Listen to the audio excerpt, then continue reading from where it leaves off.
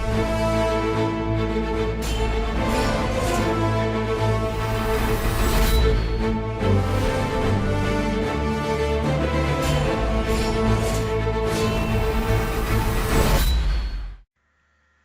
morning, good afternoon, good evening, wherever you are in the world. My name is Ingram Jones, and I have with me David, the White Rhino Allen. Yes, Ingram. Nice to. I'm back again. You are back again. 2 days. I'm back. Yes. Yes, two in 3 days. It's not bad, is it, Dave? It's not bad going, to be fair. No. So Good. no, it's good. It's good to be back. So obviously, the only reason I've really rang you is to find out your evaluation of today's meeting with the body snatcher Dillian Whyte. Yeah. How it went. Talk me through. Obviously getting to the venue, and just talk me through it, because of course I wasn't there. So just let me know in the White Rhino's way. And where did the Burger King sort of like cat come from as well? You'll talk to me about that as well, because I just cracked up when I saw that. So. Well, basically, woke up this morning. A few of my friends, we all headed down to Leeds for the press conference. On the way, my friends were a little bit peckish, so we stopped off at the services. I got a bottle of water. You're not going to find me in Greggs this week. You'll find me in Greggs. I'm taking this shit serious. But yeah, you might find Dillian Whyte in Greggs, but anyway, I went in Greggs. But a few of my friends went in. a few of my friends went into Burger King, joined them, took the smell in, smelled good. Can't wait for Sunday. And there were some crowns there on the decoration, so I took one off. Yeah. I put it on my head. I felt all Charles Martinish. Felt godly in my crown. So it's all good fun in it. It's just a bit. But don't you feel a bit concerned, because the last person that said that said he walked to the arena, had pot noodle in his hand before he fought, and then was on the canvas within about 30 seconds to a minute, looking up at Anthony Joshua smiling. I mean, and he'd never been knocked down before as well.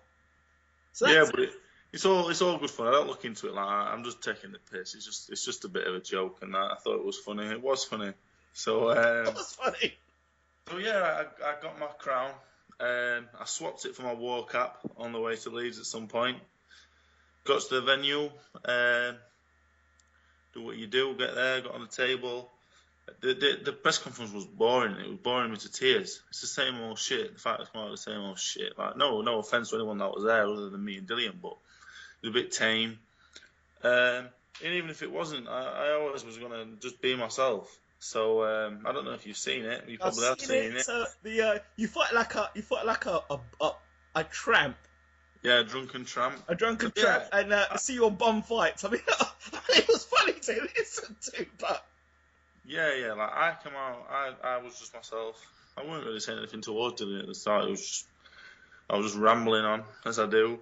And yeah, and then he came out with a few remarks. I couldn't hear half of them. I couldn't really hear them. The mics was a bit off, but it entertained the crowd and it entertained the people watching it on YouTube at home. I hope.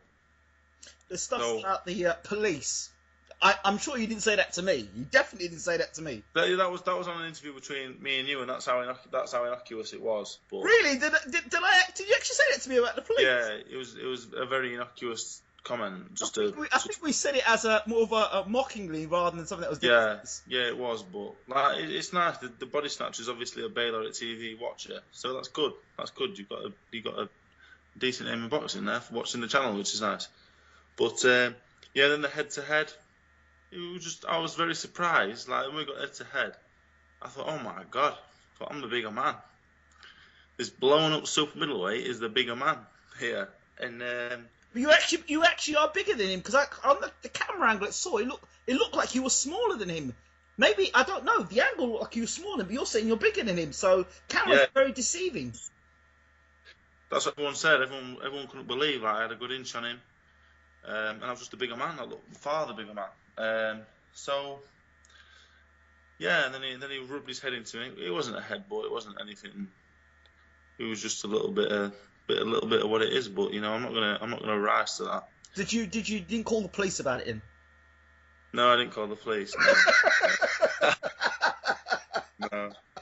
But it's just it is what it is. It's a bit of fun, and like I said, it all counts for nothing come Saturday night. Really, it's just today and the weigh-in tomorrow. All of this business, the media workout. It's not for me and him. It's not for the fighters. It's for the fans. It gives them something to get excited for. It gives them something to come and watch, and it's fun for me and him as well. But like I say, it's all about Saturday night, Tuesday, Thursday, Friday. It has no bearing. There is, for me, as a fan, and then there's that sort of concern point. For Dillian Whyte's perspective, the concern is that he's like downrating you. You're on bum fights, and you're this, and you're that, and you're the other, and downgrading you. But then by downgrading you, if he were to come on stack against you, that's not going to be good for him. Yeah, I don't know what his real actual thoughts are. I'm not sure where he's at and what he's actually thinking. But if he's underestimating me, then around him, he'll realise and he'll change his game plan. It depends if he's underestimated me in training. That's when the difference. That's when. But I mean, that becomes an issue. Both of you guys were in Klitschko camp. It's not like you didn't know one another. You do know one another. So he would have. Yeah, like I say, it's just a lot of chat, really. So you think it's just chat and that's it? Yeah. Well, I believe so anyway. It is what it is. Saturday night, we'll see. So between now, obviously tomorrow's the weigh-in. Yep. He says, I'll see you tomorrow. You said, I'll see you on Saturday. So I'll see you tomorrow. So you'll be at the weigh-in. Any thoughts that, go through your mind between now and the weigh-in?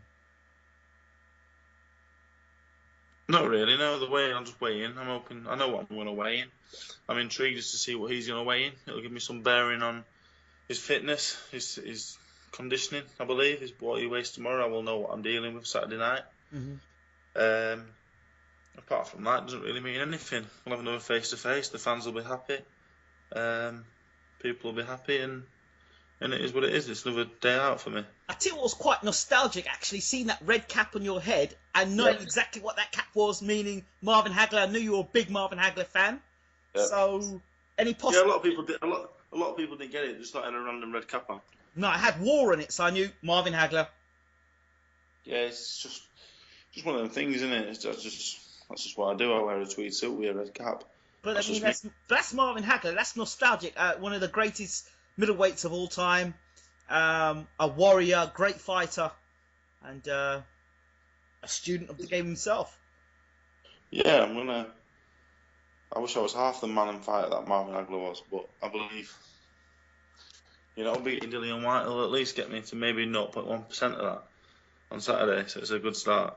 Between, obviously, you've done all the training that could possibly done now. You've had, what's been the input of, I mean, we talked about Junior Witt before, but how's Junior Witt been with you? What's he been saying to you? Because he's been a world champion. He knows what it's like to be, up there in the bright lights, WBC champion of the world. What's he been inputting to you? What have been the things he's been saying to you?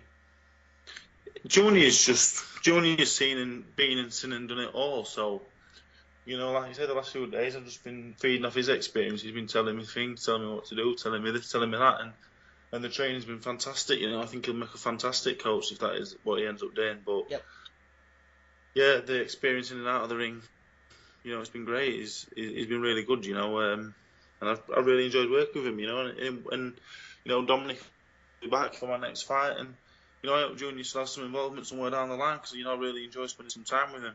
It's great to hear. What's been the feedback in terms of now being on Sky this time against somebody that we all know? What's been the feedback, and what's been the difference for you in this fight than all the other fights you've been in before? My profile now is through the roof. Well, after Saturday night, win, lose or draw, I'm becoming a bit of a household name. I'm all over Sky Sports. A win really pushes me up there to becoming a big name in British boxing, I believe. So it's a big incentive. It's nice, obviously, being on Matchroom shows, doing all the media stuff. It's great. It's fun. It's new to me, so it's fun. Mm-hmm. You know, if I lose on Saturday, a lot of people are like, well, Sky will have your back. You're a character in the heavyweight division. You know, well, I'm not interested in that. I want to win. I don't want to come back on a loss. I want to. But yeah, my profile, Twitter, the whole lot. It's just I feel like I've arrived now, and I don't want it to end. Obviously, I can understand that. One of the things I've always wanted to ask a fighter, they're unbeaten, they're going into a big fight. This is the fight where they know they probably have to put everything on the line. Yep. What do you say to yourself saying, okay, you know what? I've got to put everything on the line for this one. This is it for now. This is it. Can't put past this. This is not a fight I'm going in there thinking, like the past, I knew before I got in the ring, I was going to knock the guy over. This one, there'll be some resistance here. There could be some resistance here. What do you say to yourself? What do you tell yourself? It's I'm looking at this like this is my world title fight. But like I said the other day, every fight's a world title fight. If you lose a 4-rounder, it doesn't matter. Yep. So I go into the same mental outlook for most of my fights. Obviously, for some of them I've not been there at all. Like the Gavin fight, and a few others just not turned up and just not been in the right mental frame of mind really. But this Saturday, you know, I'm just there. I'm there. The press conference today, like the face to face. You know, when you got a big scary dude like that in your face, you know, you should feel nerves. You should feel something. I didn't feel anything. So when he looked in your eyes and you're looking at him and he's putting his head up in your face, are you not feeling, right, this is where I want to be, or are you feeling to yourself, okay, all right. So it's like that. Didn't really feel anything. Just ice cold, like just didn't feel anything because I know my time will come on Saturday. My time is Saturday. Like, he can do what he wants. People can do what they want because my dad always tells me it doesn't matter what you do out there. You can do anything you want. You can talk, you can do this, you can do that. But all that matters is the result Saturday night. Win, lose or draw. The win, the loss or the draw on your record will tell the story. You know, nothing that happens before. A lot of people don't know about your background, and I want the people to listen to this part in particular. I remember when we first started doing interviews with you, you were travelling, doing sparring with this person, sparring with that person, all world-class fighters, albeit. How much do you think that all that experience is going to come together with you this particular night on Saturday night? And how crucial do you think those experiences will be for you? Yeah, I think a lot of that's crucial. I think, you know, all that experience I've gained is what's kind of counteracting my inexperience in ring. Yep. But I think a lot of it's just mentality. I feel like my dad's been a hard man on my case since I was a young man, whatever sport I've done. I think my mentality is just, I think I've got one of the best mentalities in boxing. I'm just ready for whatever. Nothing phases me. Nothing can phase me. I've only had to in 10 professional fights, but you know, I'm looking forward to it. I'm excited for it, but I know I know what the score is. A lot of fighters are a little bit deluded. He calls me deluded. Dillian called me deluded today. But I'm the least deluded fighter going. I know exactly. I know the score regarding everything. I know how good he is. I know how good he isn't. I know where I'm at. I've always been honest about where I'm at. So I think my mentality is just spot on, and hasn't always been because of certain issues that I've had in the past. But right now, I'm just feeling. Like I said today, I'm just feeling nothing at all. Just feeling July 30th. I can just feel it. Things are clicking together. The thing I never felt like this before leading up to a fight. So it's a scary feeling knowing that Saturday night I may be able to do what I can do, and I don't even know. I'm rambling because I don't even know. I'm just excited. Something? You know why I'm actually happy for you as well? Because this fight, there's nobody pulling out. There's no cancellation. There's no change of opponent. First time you'll get a fight, no cancellation, no change of opponent, no pull out last minute. It's on. I knew that. That's one thing I give Dillian credit for. I knew if we took the fight, that'd be it. He'd turn up with one arm and on one leg if he had to. And I'm the same. So this fight is just, I believe it's come at the right time. I don't believe in fate. I don't believe in a lot of things, but I believe everything's going to come. Everything's just leading towards July 30th and all the circumstances surrounding it. Okay, just to close, because I know you know, obviously you've got to get some rest, but Yep. just talk about those fans clearly who have been supporting you and talking with you. This is a good chance for you to give them a shout out. Yeah, it's very nice now because the more I'm getting a little bit more in the spotlight, people are getting to see the real me, and it's nice because I know for a fact I'm a nice gentleman, and I believe I've got a lot to offer the game. You know, I believe if I can beat Dillian White, I believe I'm as charismatic and as fun as any other fighter of man heavyweight on the planet. So, you know, I've got to prove it in the ring, and I know I will. I know it'll all come together. I hope it's going to come together Saturday night. But I'm good for boxing. I think me winning Saturday night will be great for British boxing because I believe I can lead it to a different place. Like nothing against Joshua, but I don't believe he's got the same. I don't believe he can do what I can do for the sport in terms of building it. I don't think he brings the same excitement that even me and Dillian brought today on short notice. So, you know, I want to win, and it is nice. People have been very supportive about me. You know, especially today after the thing. You know, the show Dillian for what he kind of showed what he is today was a bit disappointing. A lot of people have kind of switched sides today. So, you know, but like I said, all this counts for nothing. I can have all the support in the world, but they can't get in the ring with me. I remember something Peter Fury said to close. He said that Dave Allen, you could hit him with a baseball bat and he ain't moving. And for that to come from someone like Peter Fury, who knows his boxing and he don't talk rubbish, Peter Fury has always been of high praise of you, Dave. And Yep. that is something that I take quite seriously. His assessment of you. Yeah, Peter Fury, Dominic Ingle, all these big names, other names I could go on and mention. All these people that we see so much in boxing, I don't believe they can all be wrong. So I think Saturday night is time to prove them right. It is it. It's time, as they say. It's time for the white rhino to roar. It is. It's time to. It's my time to make it on the big stage now and finally show everyone what I'm all about. It's been a long time coming. No more sideshow. It'll all be you do this. It's all there for you, son. I know that's it. It's a scary thought. It's very close. It's 10 rounds or less away. All the lights. All of the lights. I wish all of the lights. I wish I did boxing Sheffield Terry Golovkin. But yeah, it's close. It's close. Maybe I'll be the next man who brings big shows to South Yorkshire. I'm wishing you all the best, Dave, and everyone from Bayloric is wishing you the best. And we're just honoured to be able to talk with you and follow the journey.